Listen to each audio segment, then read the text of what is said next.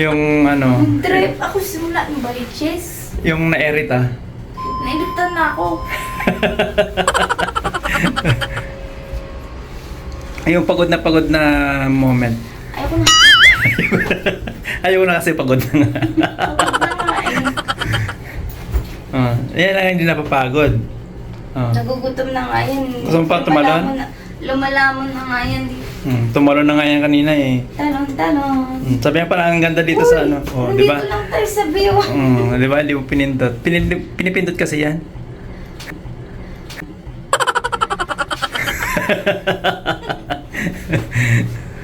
Huwag mong pinagsasabihan ng ganyan yung driver. Ay, sorry po. Bawal.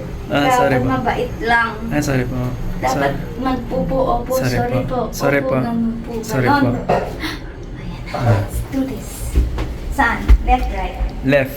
Right. Ayun na. Ayan. Oo. Natakot ka?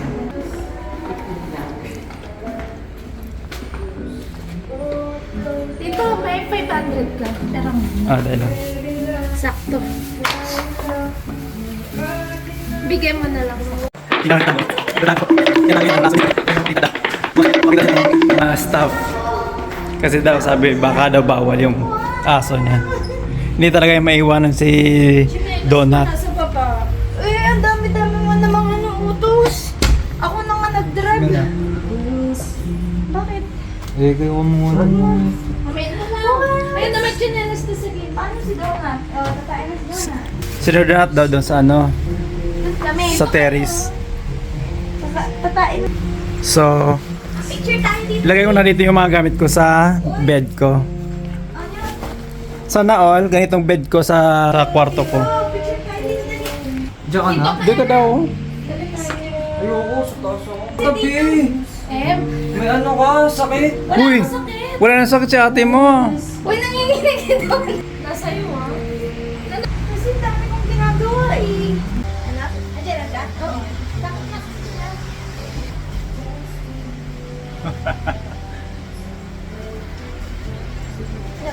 Ayan guys, na pinapakita ko sa inyo ang view dito sa loob at saka sa labas. Anong skydiver, ano? 1, 2. Anong pas?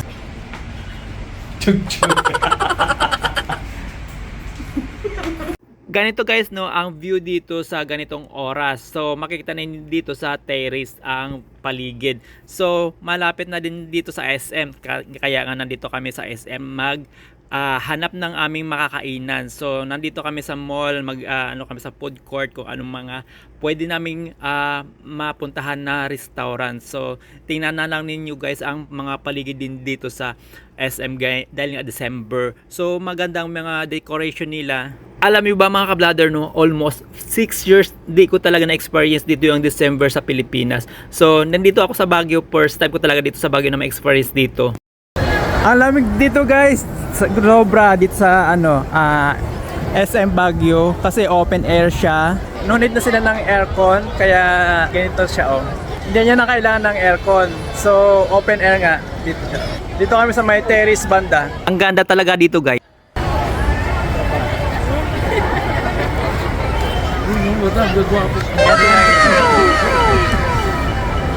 Ayan, as you can see here at the SM Terrace, meron siyang makikita nyo sa overlooking siya sa lahat ng diyan na building, tsaka sa baba makikita nyo rin.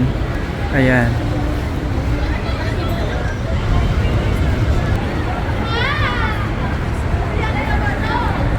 Punta tayo dito guys sa sa fountain. Maganda yung dito nila setup ng mga lights at saka yung fountain nila, tinan mo oh.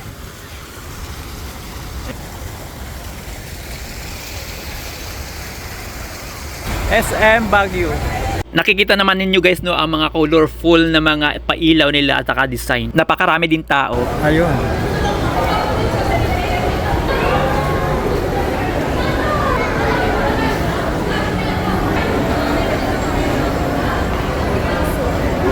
Oh, may pa sila oh. Paro-paro. Oh, di ba? Para sa kami ng ulam, tapos kukuha pa siya. Oh. Diba?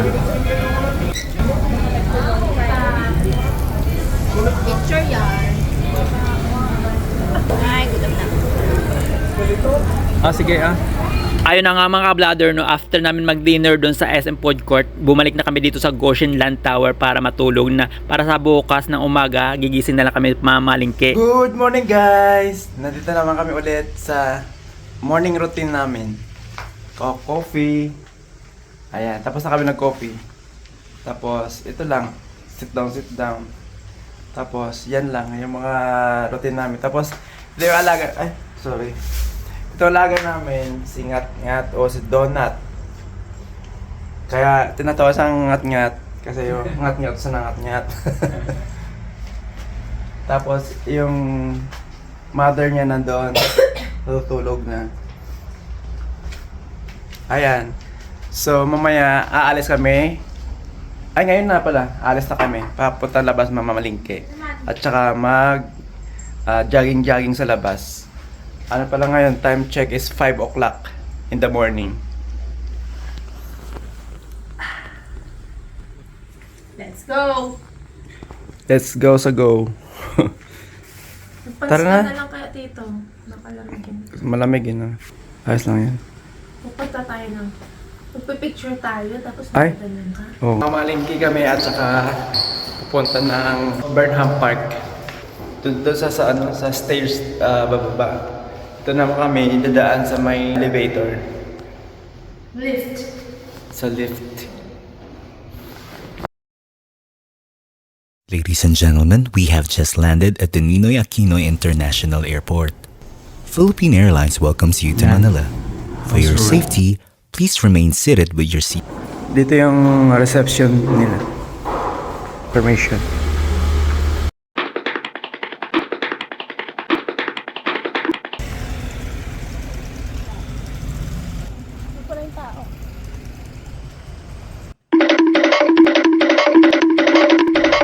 Ayun na nga mga ka-vlogger, no, sinamahan ko dito yung mga pamangkin ko sa Cathedral ng Baguio City na napakaganda. At ako naman, habang sila ng mga pamangkin ko pumunta dun sa taas para sa kanilang pagsisimba. So ako naman nandito na kumukuha ng mga picture na napakaganda. Huwag muna tayong umuwi.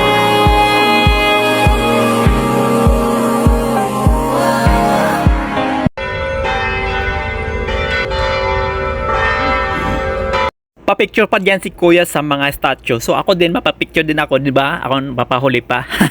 O loko. Sulitin na natin ang ganitong experience. Guys, yung ano nila, yung taho nila, grapes flavor. Masarap guys. Strawberry. Ay, strawberry. Strawberry pala guys. Yung flavor na tawag dito, taho. Grapes flavor. Flavor. After na namin doon sa Cathedral, pumunta na kami dito sa aming next destination. Papunta kami dito kami ngayon sa Station Road. Biglang talaga ako sumusulpot sa video na parang nakakatakot. Pati sarili ko kinakatakutan na. O wag kang yung ano dyan, no? Naglalakad kami dito, papunta kami ng palengke, kaya mamalingki kami, no?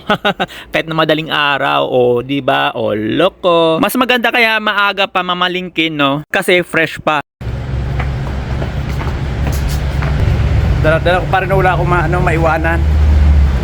Tatapunan ng basura. Parang pinaka-exercise na namin ng naglalakad. Kasi nga, para ma-experience ang lamig. Alam nyo ba mga ka-vlogger, no? Napakasarap kaya dito maglakad-lakad sa umaga dito sa Baguio dahil napaka-fresh ng hangin dahil nga walang pollution. So, di katulad ng Manila dyan. O, loko! Masarap din ma-experience yung mga napakagandang bahay dito at saka lugar ng Baguio City. Kaya nga, naglalakad kami para maganda yung aming vibes. Okay. Hindi, dala ko sa... Naiwan ako doon. Naiwan ako sa bahay niyo. Saan bahay? Sa inyo.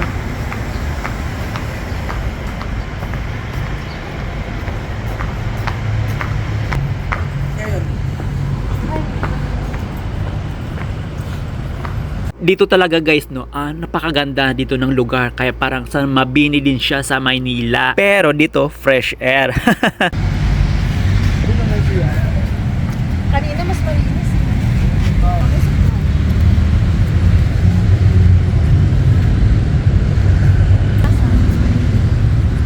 Malapit na dito guys sa Tondo, yung Goshen Land Tower. Malapit na dito yung Cathedral, Barnham Park, yung mga market na pwede nyong mabilhan ng mga food.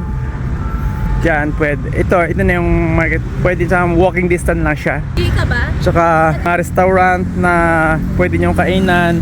Tsaka bank na pwede nyong pag-withdrawan kung wala na kayong budget na cash. Meron siyang bank dyan. Doon sa nadaanan namin meron din yung bangko. Sa taas doon din naman. So, matadaan muna kami dito sa footbridge.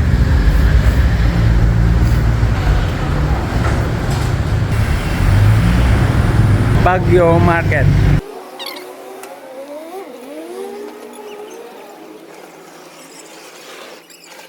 Mga 5:48 na ng umaga dito. Meron naman mga stall na bukas. Pero hindi lahat na bukas siya ngayon sa ganitong oras. May mga ilan-ilan lang. Punta kami dun sa sa bilihan ng mga isda. Tsaka bibili din kami ng bigas. Ito po ang market ngayon, daming gulay. Actually marami din talaga silang fresh na gulay dito. Ito ganyan Fresh talaga siya. Patuyin mo na tiya. Yan, pichay yung fresh talaga yung gulay nila Makikita nyo talaga fresh yung gulay nila. Yan. Marami talaga yung gulay na sari-saring gulay makikita nyo dito. Ito na lang, anong hanap? Ayun. Mayroong broccoli. Ayan.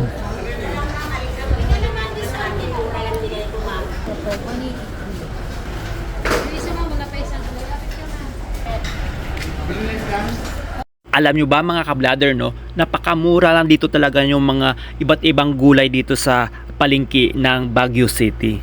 Ilang kilong broccoli? Dalawa. Magkano yung broccoli sa inyo? 180. 180 ang 1 kilo ng broccoli. Ang cucumber naman 150 per kilo. Ang 1 kilo pala ng broccoli dalawa or tatlong big kiss ng ganon. 1 kilo rin. 150 lang siya.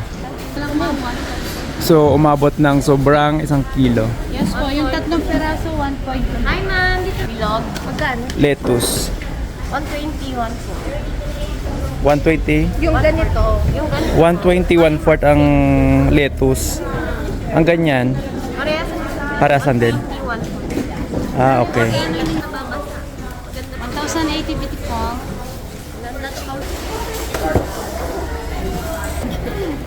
Thank you, Adi. Ayun. Manonotice ninyo yung nila, yung market nila is malinis. Hindi sama amoy, organized. Malinis ang sahig, malamig, na parang nasa aircon ka. Sa market nila, malamig siya. Ay, ito. Brown, Ayun yung red rice. red rice. 1 kilo lang po. Red rice. na natin. Isa lang. Sabagay din. Madami pa tong Isa lang. So makikita nyo, ang red rice is 80 per kilo. 80 pesos per kilo. Hindi tayo lang ganyan. Ito pa.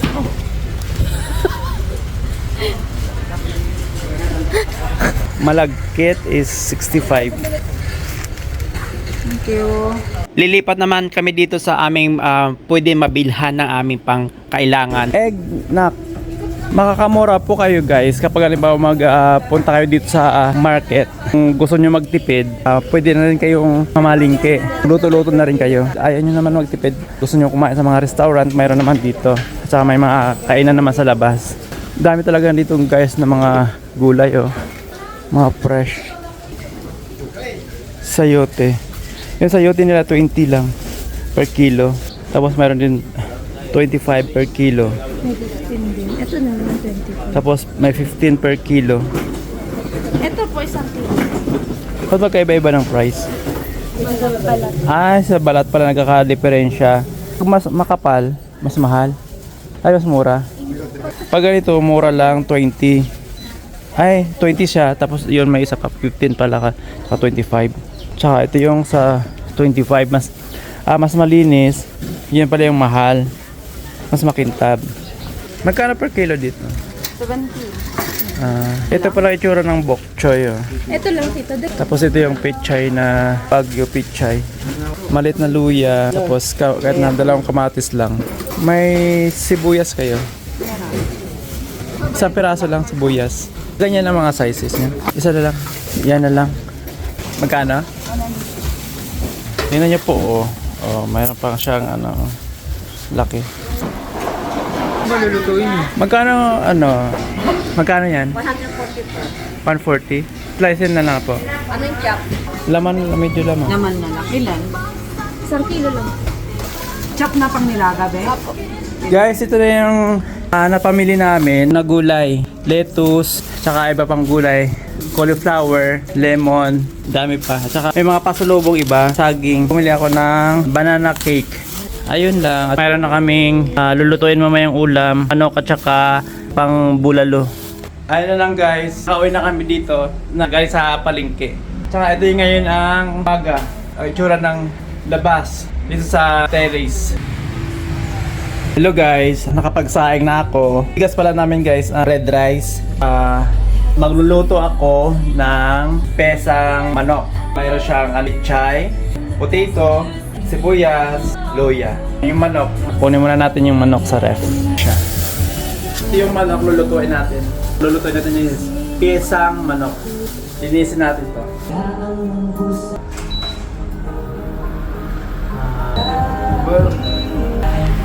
Ang ganda kasi ng nila, lutuan, induction. Hirapan ako mag-chopping board to lang. Ito ngayon na yung pang second day namin dito sa Gosen Land Tower. Tapos mamaya din mga 11 check out namin. Pero magta-transfer na kami ng ibang room. Kasi dito pala condo siya. So bawat room iba-iba yung may-ari.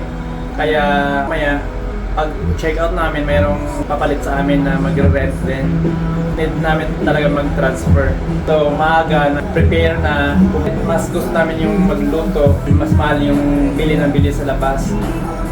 Kaya staycation kayo dito sa Baguio or mag-vacation, kung gusto nyo magtipid, mayroon naman na way na para makapagtipid kayo. Ang ginagawa namin na namamalingki kami, tapos dito na kami magluto kasi meron na sila mga gamit. Yun nga, tapos na kumulo, ilalagay na natin yung chicken. So pinahiwa ko na doon sa may palengke yung binili ko kanina manok. Hugasan mo na? Oo, nahugasan ko na siya. Ganito lang siyang hiwa oh. Parang adobo cut.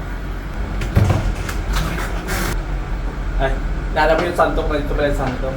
Alam mo yung santok na dito pala yung santok. Alam mo yung santok na dito pala yung santok.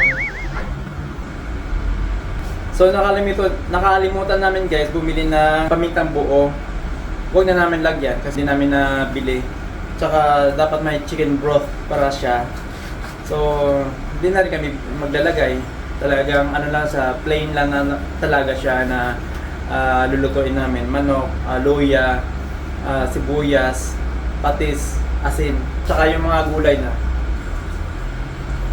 Takpan muna natin guys para kumulo.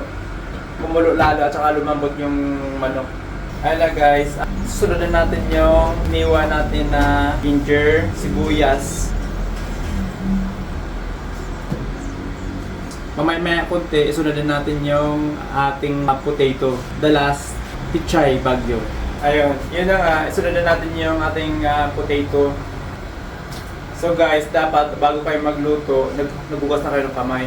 So pasensya na kayo guys na nakakubad ako kasi yung damit na nuot ko kanina nadumihan. Kaya yung last ko na lang isang damit, pang alis ko na lang yun. Pasensya na kayo guys na nakakubad ako nagluluto. Tapos takpan na natin ulit. Panghuli na natin yung pichay.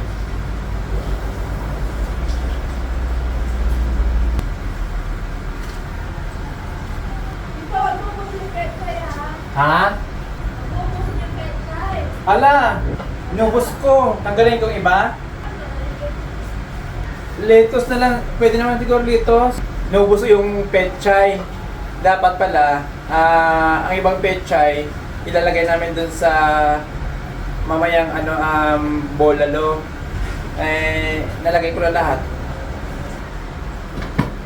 Tikman na natin.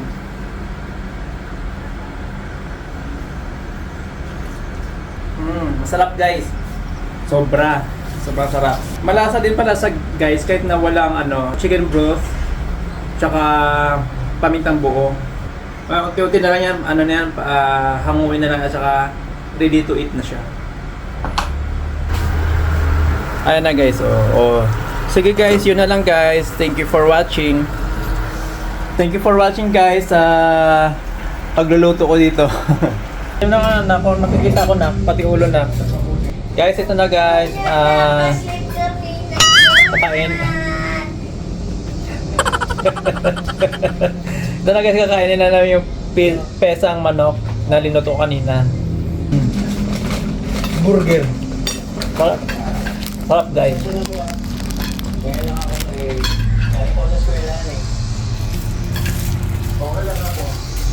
Masarap yung pesang manok.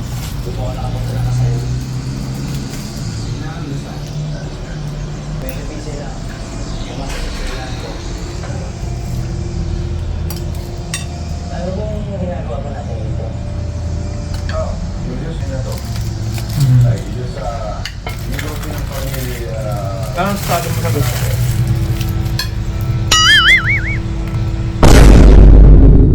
Savage! Hindi ganyan? Hindi ganyan?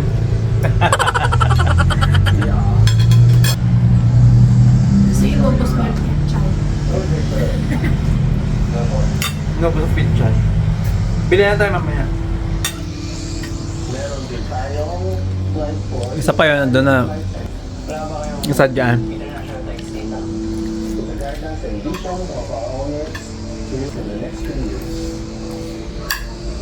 So guys, lilipat na kami. Bali, alis na kami doon sa room namin na pinag-stayan ngayon. Start kami ng kahapon, tapos alis na kami ngayon. Ito, ligpit na. Ayan, ilagay na namin ng mga gamit namin dito. Uwi na kami guys. Lilipat kami ngayon ng matirahan. Dumi naman kayo. Na sapatos? Saan ba yan? Lower ground? Oo. Harap naman kami ng mapupuntahan. Pang 2 days na namin ngayon to. So hindi pa. Ano ba yung pupuntahan natin? Next destination? Diplomat. Diplomat ba? Oo. Diplomat Hotel.